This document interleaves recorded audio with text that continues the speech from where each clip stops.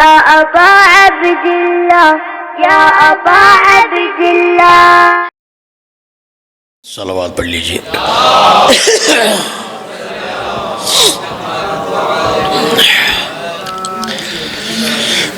اعوذ باللہ من الشیطان اللعین الرجیم. بسم اللہ الرحمن الرحیم. الحمد للہ رب العالمین بارئ الخلائق اجمعین.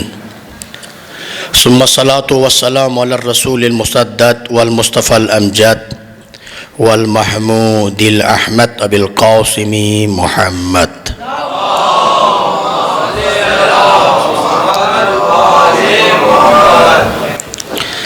اما بعد، قال اللہ تبارک و تعالی فی محکم کتابہ المجید. بسم اللہ الرحمن الرحیم. سیعلم الذین ظلموا ای منقلب ینقلبون. سب سے پہلے میں آپ تمام سامعین کی خدمت میں جو اس ٹائم بیٹھے ہیں، میرے انتہائی واجب الاحترام علماء کرام کی خدمت میں، جنہوں نے اپنا قیمتی وقت دے کر اس عظیم اور اہم ایشو پر بات کرنے کے لیے سب حاضر ہوئے ہیں. جس مقصد کے لیے ہم حاضر ہوئے ہیں، جس موضوع پر بات کرنے کے لیے ہم حاضر ہوئے ہیں، یہ اتنا سادہ نہیں ہے. یہ بہت کریٹیکل مسئلہ ہے، بہت ہی سنجیدہ مسئلہ ہے. اس پر سنجیدگی سے ہمیں بات کرنی چاہیے. یہ مسئلہ کوئی اچانک بھی نہیں ہوا. آپ یہ کہیں کہ یہ کوئی اچانک مسئلہ ہوا، نہیں، یہ تانے بانے چلتے رہتے ہیں. اور ایسے وقت میں یہ ایک ایسی شرارت کی ہے اس ملک کے ساتھ کہ ملک خود مشکل میں ہے، پریشانی میں ہے، معاشی صورتحال بہت خراب ہے، خود سیاسی ہمارا معاملہ بھی بہت خراب ہے. کوئی ادارہ ہمارا اس وقت مضبوط نہیں ہے، افراتفری کا شکار ہیں. ایسے وقت میں دشمن نے ایک ایسی شرارت کی ہے جو ملک کو مزید انتشار کی طرف لے جانے کی بھرپور کوشش کی ہے. لیکن پریشان ہونے کی ضرورت نہیں ہے. الحمدللہ بابصیرت قیادتیں ہمارے پاس موجود ہیں. میں یقین سے کہتا ہوں جس راستے سے یہ بل آیا تھا اسی راستے سے واپس چلا جائے گا.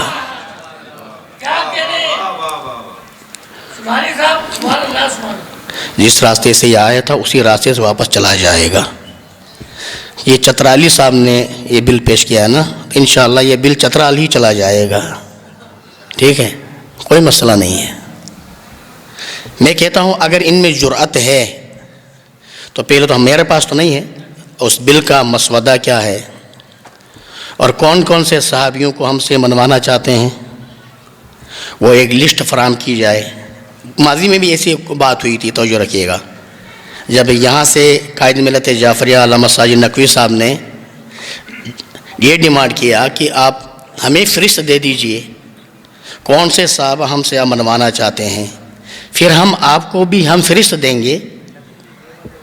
توجہ رکھیے گا، پہلے آپ ان میں دستخط کر دیں پھر ہم دستخط کر دیں گے. توجہ رکھیے گا نا. بظاہر انہوں نے یہ کہا یہ توہین صحابہ، توہین اہل بیت، امہات المومنین، یہ جملے اچھے نہیں لگتے ہیں. جنہوں نے توہین کی ہے وہی توہین کا بل پاس کرانے کے چکر میں ہیں. اگر ایسی بات ہے پہلے تو توہین کی ڈیفینیشن واضح کریں. آپ کس چیز کو آپ توہین کہتے ہیں؟ توہین کی ڈیفینیشن معلوم کریں تو آپ کس چیز کو، کس بات کو آپ توہین سمجھتے ہیں؟ کیا تاریخ بیان کرنے کو آپ توہین سمجھتے ہیں؟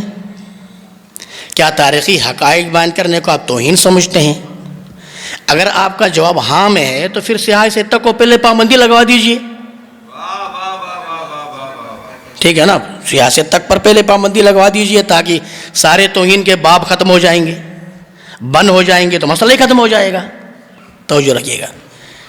ہماری طرح ہم کلیئر ہیں, توجہ رکھیے گا, کیونکہ ہم مکتب اہل بیت کا ماننے والے ہیں, ہم آل محمد کے پیروکار ہیں, ہم اہل بیت کے پیروکار ہیں. ہمارا کتنا بھی بڑا دشمن کیوں نہ ہو, جب میرے علی نے کسی کی توہین نہیں کی, اتنی بڑی زیادتی کے باوجود, در زارا جلنے کے باوجود, محسن شہید ہونے کے باوجود, گلے میں رسی ڈال دی گئی اس کے باوجود بھی کسی کی توہین نہیں کی, تو ہم بھی کسی کی توہین نہیں کرتے.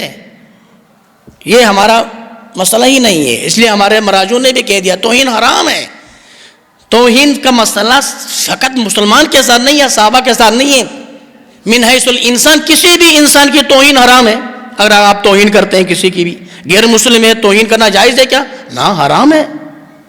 علماء تشریف فرما ہے, توجہ رکھیے گا.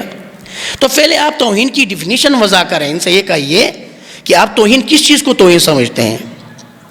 ان کا اصل مسئلہ کچھ اور ہے, توجہ رکھیے گا. اصل اس ملک کے, میں اس پر بات کرنا نہیں چاہتا کہ اس ملک میں معاملات کچھ اور چل رہے ہیں, وہاں سے رخ موڑنے کے لیے ہمیں کہیں اور لگا دیا گیا, ٹھیک ہے نا, اور دشمن ابھی اور کوئی کام کرنا چاہ رہا ہے.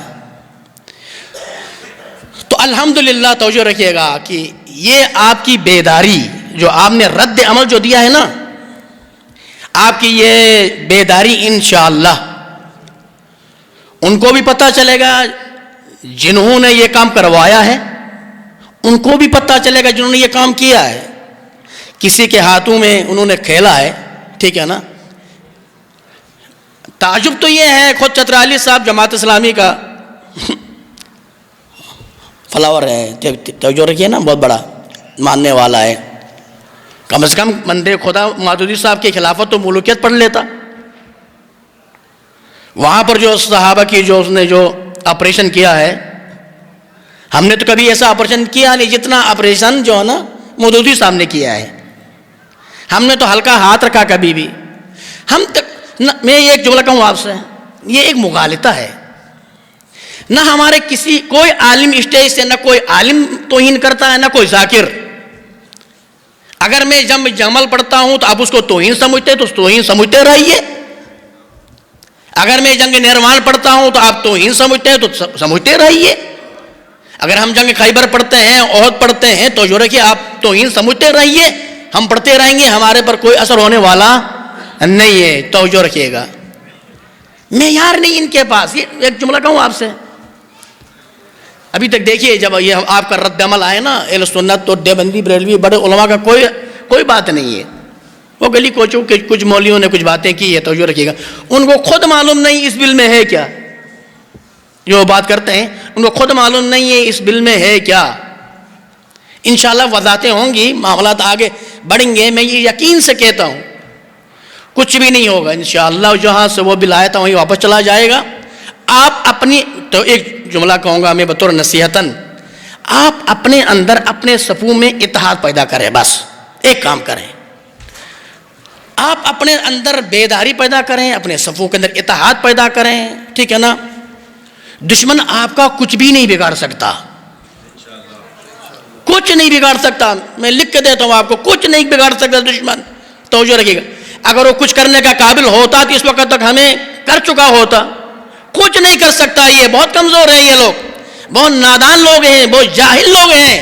توجہ رکھیے گا, آپ اپنا علمی ورثے کو آپ نہیں چھوڑیے گا. منطقی انداز اپنائیے, علمی انداز اپنائیے. ممبر سے کتاب جب کوئی بھی کرتا ہو, ذاکر کرتا ہو, عالم کرتا ہو, اپنی زبان کو شفاف رکھیے گا. توجہ رکھیے گا, اپنی زبان کو بالکل شفاف رکھیے گا. آپ کا انداز بیان ایسا ہو کہ نہ لگے کہ آپ کسی کی توہین کر رہے ہیں. آپ پڑھیے, خلافت پڑھیے, آپ امامت پڑھیے, سب کچھ پڑھیے. یہ کیسے بھی ہو. میں ایک جملہ کہوں گا, قبلہ شاکر صاحب تشریف فرما اس فن کے ماہر ہیں. توجہ رکھیے گا, میرا اب اس میں کافی مطالعہ. توجہ رکھیے گا, یہ کیسے بیوقوف لوگ ہیں. یہ چاہتے ہیں کہ ہم یہاں کسی صحابی کو ڈسکس نہیں کریں. ان سے پوچھئے صحابی بڑا ہے یا خدا. ان سے کوئی پوچھئے صحابی بڑا ہے یا خدا. علم کلام میں تو خدا کو بھی نہیں چھوڑا تم لوگوں نے. کسی کے پاس خدا کچھ اور ہے, کسی کے پاس خدا کچھ اور ہے. جب خدا ڈسکس ہو سکتا ہے, اس سے نیچے شخصیت کون ہے؟ پھر رسول اللہ. جب رسول اللہ پر بات ہو سکتی ہے, خدا پر بات ہو سکتی ہے, تو صحابہ پر بات کیوں نہیں ہو سکتی؟ 1 2 3 پر بھی بات ہو سکتی ہے اور چوتھے پر بھی بات ہو سکتی ہے. لیکن وہی انداز اپنائے جو قرآن نے انداز اپنایا ہے, وہی انداز اپنایا جو اہل بیت نے اپنایا ہے. انشاءاللہ یہ جو عزاداری کانفرنس کے ذمہ داران نے یہ جو پروگرام انشاءاللہ آپ کو دیا ہے, علماء آئیں گے انشاءاللہ, خطابات کریں گے انشاءاللہ. آپ غور سے سنیے گا اور عمل کرنے کی کوشش کریں. خدا سے دعا کریں اللہ تبارک و تعالی آپ ہم سب کو دین کو سمجھنے کی, مکتب کو سمجھنے کی توفیق عطا فرمائے. دشمن کی ہر سازش کو سمجھنے کی اللہ ہمیں توفیق عطا فرمائے.